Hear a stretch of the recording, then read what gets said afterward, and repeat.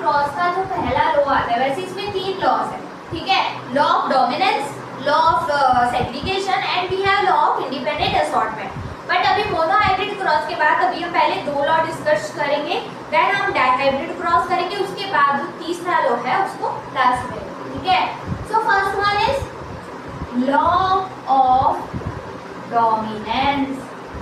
भाई law of dominance देखो, law of dominance कैसा है, ठीक है, जैसे मेरे पास 2 बच्चे हैं, एक बहुत पतलू चिपड़ू सा है, कमजोर है ना, जो मैं मजाक नहीं करी, एग्जांपल दे रही, ठीक है, पतला चिपड़ा सा है, थोड़ा सा कमजोर है, ठीक है, एक मेरे पास मोटा पहलवान है, ठीक है। तो भाई जब इनकी फाइट होगी, ठीक है, जो WWE तुम देखते होंगे ना प्रोग्राम, तो भाई जब WWE में फाइट होती है तो कौन जीतता है, जिसके पास पावर ज्यादा होती है ना, वो क्या होता है, जीत जाता है। सेम है यहाँ पे law of dominance.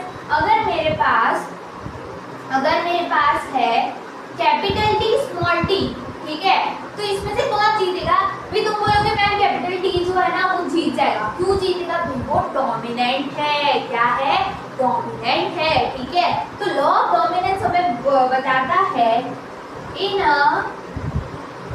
Heterozygous condition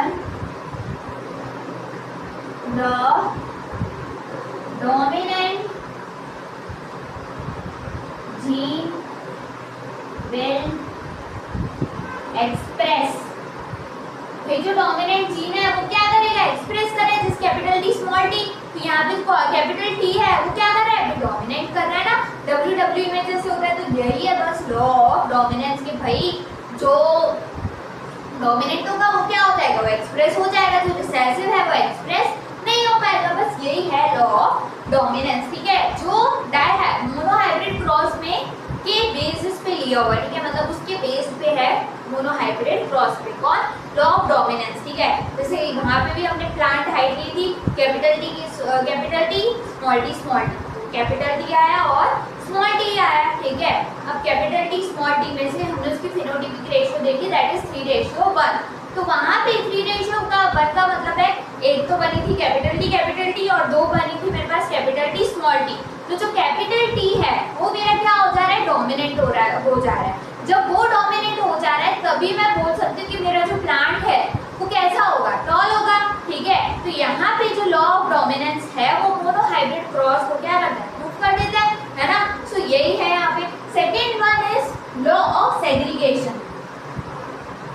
भाई लॉ ऑफ सेग्रीगेशन, भाई लॉ ऑफ सेग्रीगेशन क्या होता है, लॉ ऑफ सेग्रीगेशन, सेग्रीगेट होना मतलब सेपरेट होना, ठीक है, अलग होना, ठीक है। जैसे हम बचपन में पढ़ते हैं 6th-7th में, ठीक है, कोई भी चैप्टर, जैसे मटेरियल सराउंडर्स फॉर एग्जांपल हमारे 6th का चैप्टर है, तो हम बोलते हैं ना भाई लस्टर वाली चीज वो अलग होती है, नॉन लस्टरस मतलब डिफरेंट, हम उसको क्राइटेरिया में लेते हैं। कोई भी ऑब्जेक्ट्स को अगर मुझे रखना है तो मैं उसकी शेप के अकॉर्डिंग, वो कौन से मटेरियल से बना है, ठीक है, उसके अकॉर्डिंग, ठीक है, डक्टिलिटी, मीलिएबिलिटी, इसके अकॉर्डिंग हम क्या करते हैं, सब्सटेंसेस को सेपरेट आउट करते हैं। वैसे ही यहाँ पे law of segregation, law of segregation का मतलब होता है बेसिकली यहाँ पे जो हमारे अलील्स है वो क्या हो रहे हैं, सेग्रीगेट हो रहे हैं। अब अलील्स, यहाँ पे मैंने एक वर्ड यूज किया, दैट इज अलील। अलील क्या होता है, तो अलील होता है मेरे पास ऑल्टरनेटिव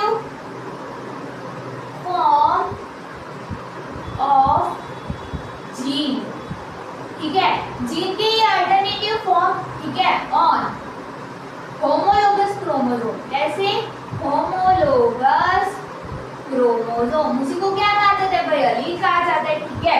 जीन के ही अल्टरनेटिव फॉर्म और होमोलोगस क्रोमोसोम, होमोलोगस यानी कि सेम क्रोमोसोम, ठीक है, उसी को क्या कहा जाता है, अलील कहा जाता है, ठीक है। अब यहाँ पे बेसिकली जीन क्या होता है हमारे पास, ठीक है, तो यहाँ पे इसको रब कर देते हैं।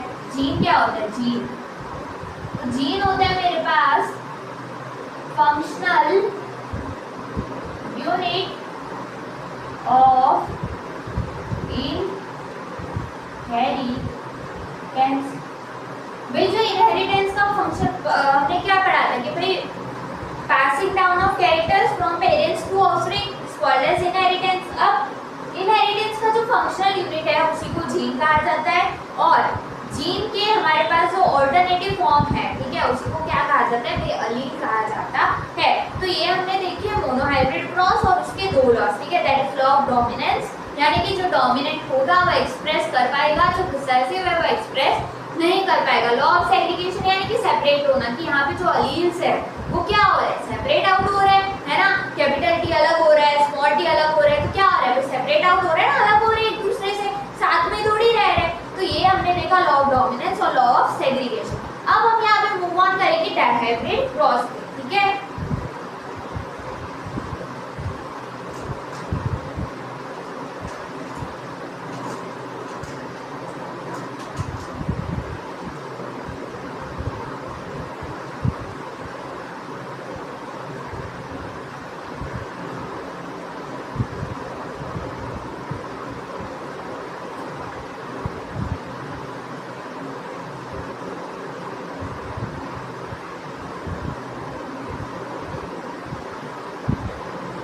अब बेटे डायहाइब्रिड क्रॉस क्या होता है, तो डायहाइब्रिड क्रॉस सिंपल, मोनो मतलब एक कैरेक्टर की स्टडी, उसको बोल दिया हमने मोनोहाइब्रिड क्रॉस, ठीक है। डायहाइब्रिड क्रॉस मतलब जहाँ पे हम दो कैरेक्टर्स की स्टडी कर रहे हैं, ठीक है, जैसे capital R capital R, capital Y multiply small R small Y.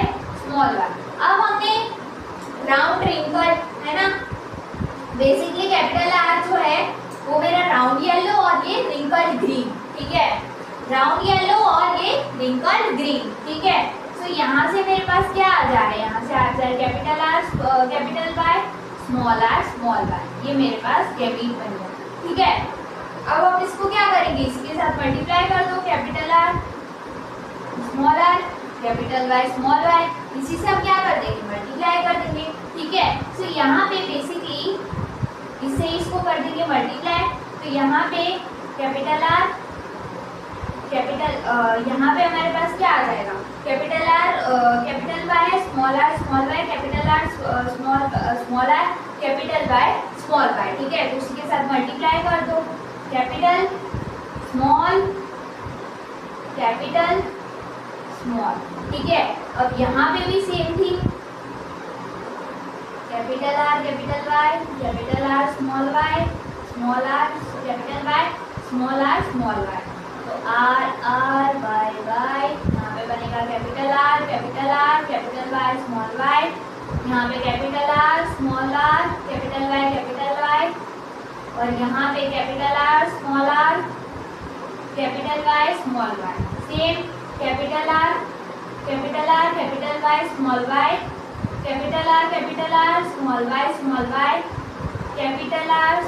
Are capital Y small Y, capital R small Y small Y, capital R small R capital Y, capital R small R capital Y small Y, capital R small R capital Y, capital R small R capital Y small Y, capital R small R capital Y small Y, capital R small Y small Y, capital R small R capital Y small Y, capital R small Y small Y, ठीक है। सो ये मेरे पास क्या है, ये मेरे पास आया F2 generation, basically ये मेरा है पनेट स्क्वायर, ठीक है। ये जो है ये बोर्ड एग्जाम में पूछा जाता है dihybrid cross, so it is very important, और ये कुछ इतना हार्ड नहीं है, आप इसको 2 टाइम्स 3 टाइम्स रिपीट करेंगे तो आपको भी ये बनाना बिना देखे आ जाएगा, ठीक है। कुछ उतना हार्ड ये मेरे पास नहीं होता है, मेल और फीमेल है, ठीक है। अब इसका PR मेरे पास क्या आता है, ठीक है, PR यानी कि फेनोटाइपिक रेशियो, तो इसका फेनोटाइपिक रेशियो निकल के आता है 9:3:1, ठीक है, 9:3:3:1 इसका फेनोटाइपिक रेशियो निकल के आता है। जीनोटाइपिक रेशियो की अगर मैं बात करूँ तो 2:4:2:1, ये मेरे पास जीनोटाइपिक रेशियो निकल के आता है। तो फेनोटाइपिक रेशियो क्या हुआ, 9:3:1, जीनोटाइपिक रेशियो 2:4:2:1, ठीक है। अब फिर से समझते हैं, डायहाइब्रिड क्रॉस 2 कैरेक्टर्स है, कौन कौन से, राउंड रिंकल राउंड येलो और ग्रीन रिंकल, ठीक है, राउंड येलो और ग्रीन रिंकल, ठीक है।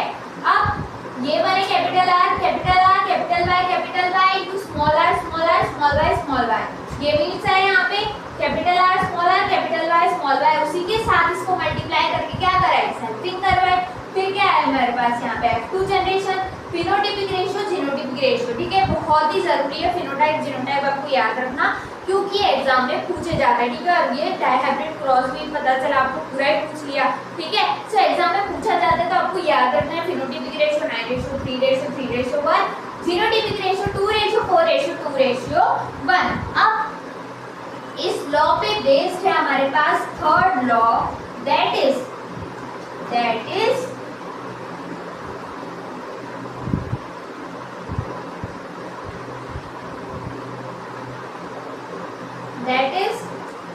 law of independent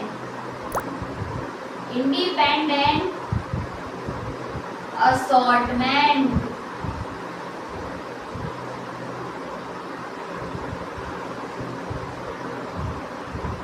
कौन सा लॉ है भाई, लॉ ऑफ इंडिपेंडेंट असॉर्टमेंट, ठीक है।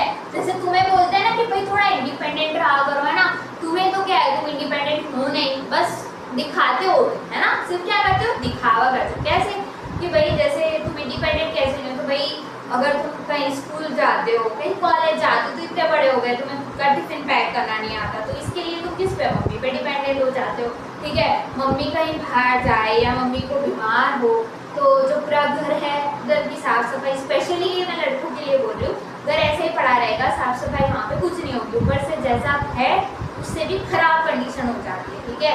तो ये होता है कि तुम इंडिपेंडेंट नहीं हो, तो इंडिपेंडेंट बनना चाहिए, और लड़कियों को भी इंडिपेंडेंट बनना आना चाहिए, ठीक है।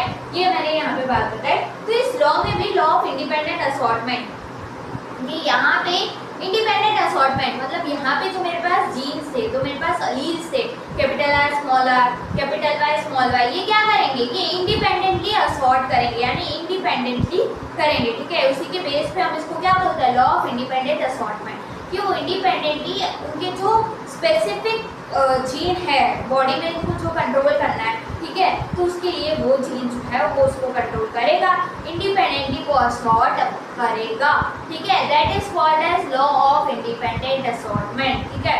इसी के साथ हमारा मोनोहाइब्रिड डायहाइब्रिड और ये हो गया, उसके लॉज भी मैंने आपको समझा दिए। अब हम चलते हैं लास्ट टॉपिक की तरफ।